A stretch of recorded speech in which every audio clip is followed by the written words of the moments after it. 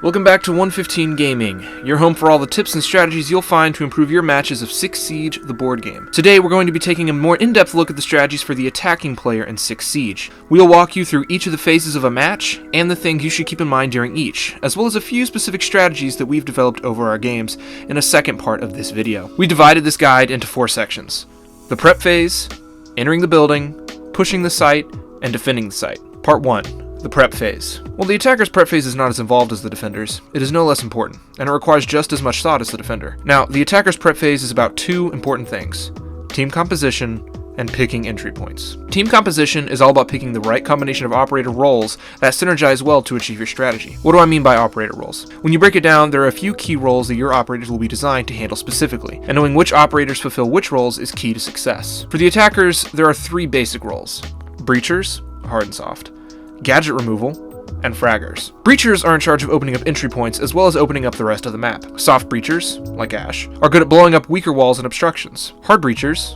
like Thermite, are for opening up those red destructible walls and hatches. These are important for getting around the defender and finding new angles to attack them from. Gadget removal operators, like IQ and Twitch, are good at removing the defender's utility, like cameras, mute jammers, etc. These are important for limiting the amount of times you get located, as well as in some cases opening up the ability for your breacher's gadgets to work on a wall or hatch. Fragger operators, like Glass or Sledge, are best at holding angles and getting kills. Their guns are typically the best, and if they position well, they can get an easy kill on unsuspecting operators. Use these to roam and flank the defenders, or use them to back up your breachers and gadget removers. These are the most versatile of your roles. Now, obviously, no operator fulfills all of these roles at once, but many you'll find will fulfill 1 or 2. The key to picking your team is deciding how many operators of each role you want to be filled, which depends on your strategy. Do you want to open up every wall? Take more breachers. Do you want to move methodically, wiping out each gadget you find before you push site?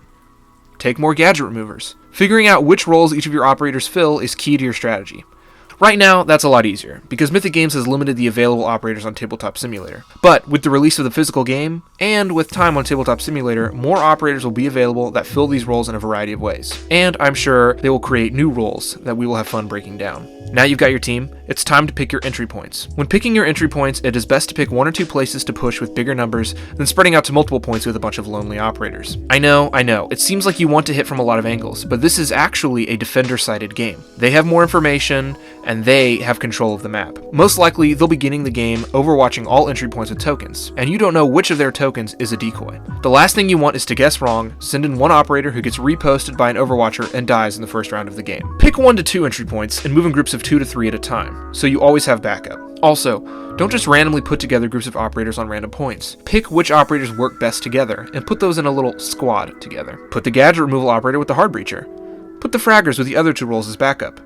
Make sure you try and synergize the operator's gadgets and abilities to work together for one strategy. Not only should you pick specific entry points, but develop an outline of the first actions you'll take to enter the site. You have the advantage of going first, so you can reasonably plan out your whole first turn without having to worry about what the defender will do. So plan exactly what your first turn will be as you are laying down your operators. With these tips in mind, you should be in a solid place at the end of your prep phase. And with that, the game has now begun. Let's move on to how you should enter the site. Part 2. Entering the building. We've picked our team, planned our strategy, and have set up at our chosen entry points. Now, how do I go about getting into the site? Firstly, there are some things you should avoid.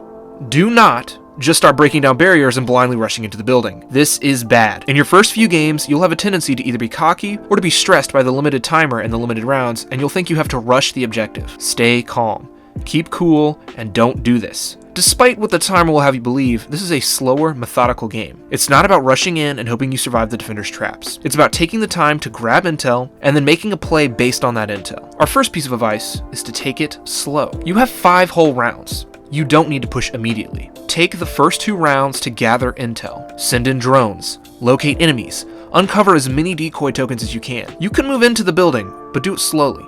Take out cameras first. Clear your room second. Then move your operators inside. Once you have your operators inside, overwatch your flanks. Then drone out again. Scope out the rooms you plan to traverse before you enter them. That way, if you discover the ways blocked by enemies, you can adapt your strategy and pick a different path. You want to minimize the risks of entering unknown rooms as much as possible. Always make a play that is based on the intel that you have gathered. The first 2 rounds are about gathering intel and moving into position. Secondly, this obviously depends on the game, but we suggest moving 1 to 2 operators into the upstairs immediately, because having operators in position upstairs has them ready to attack multiple stairwells on a moment's notice. but also because many operators can use their gadgets for utility removal or for tagging enemies from the upstairs. Your upstairs operators can help your operators on the main floor. They can also drop from above to back up the operators on the main floor, or they can drop away from the main floor operators to push the defender from a different angle they weren't expecting. But you can't do any of that if you don't have anyone ready to go from the upstairs as quickly as possible. Remember, once you move into the upstairs in a turn, you have to stop there. So having operators up there ready to go is a lot easier for you if you need to suddenly adapt and move to a different entryway spot.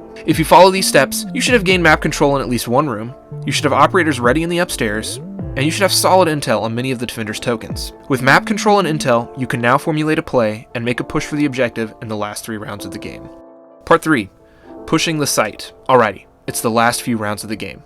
Time to make a push. In order to properly take the objective, firstly you need to clear the room of all enemies. Chances are there's probably at least one defender on each site, and they're probably overwatching the entrance you're close to. Instead of pushing the entrance they're overwatching, try and find either another entrance or a breachable wall that they're not watching and attack from there. Or try a throwable to get them to move. Or you can drop a smoke grenade and waltz in unseen. There are many ways to hit a site room, and it all depends on the operators you've chosen. However you do it, make sure you clear the room first, of both defenders and gadgets. Secondly, make sure you have operators covering your flanks when you push into a room. You want to avoid getting into the site room only for the defender to run in and kill you. Make sure you can push with multiple operators so you can watch each other's flanks when they make a push. Don't leave an operator stranded alone in the site room. Thirdly, don't get too attached to one site. If you're doing all these things right while making a push and you still can't get into the room, don't worry, it's okay.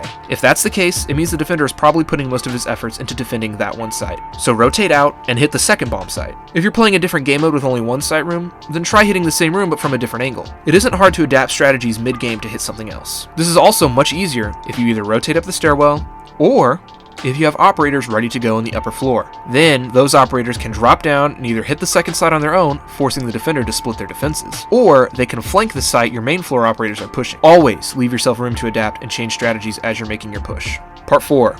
Defending the site. Alrighty, you've successfully made your push, you've taken the objective and flipped the bomb token, secured the hostage, or secured the room. What do you do now? This is the key part of the game. You now have the advantage and the time on your side. The roles have effectively been switched, and you are now the defender of this game. This may sound familiar if you watched the general basic strategy guide we released a little while ago. Don't get greedy. If you are at this point in the game, the last thing you want to do is run out and attack the defender. It's too risky, and if it fails, you've lost an operator to defend the site. Once you take the site, you defend it. That means posting up in the corners of the room, laying traps, overwatching, and making the defender come to you. I know you feel like you're wasting your turn if you don't use all of your actions, but if you want to really secure the win, then you hunker down and you hold. Remember, you only have to hold out for, at maximum, 2 rounds, probably realistically more like 1 round to 1.5 rounds. You have the advantage here. Don't throw it. Force the defender to fight on your terms. So those are some guidelines for the attackers. In our next video, which we will upload very soon, we're going to be showing you some very specific pushing strategies that we have used in our games that we think we can help you. So tune in next time for some more specific attacker entry strategies. Thanks, and have fun defusing that bomb.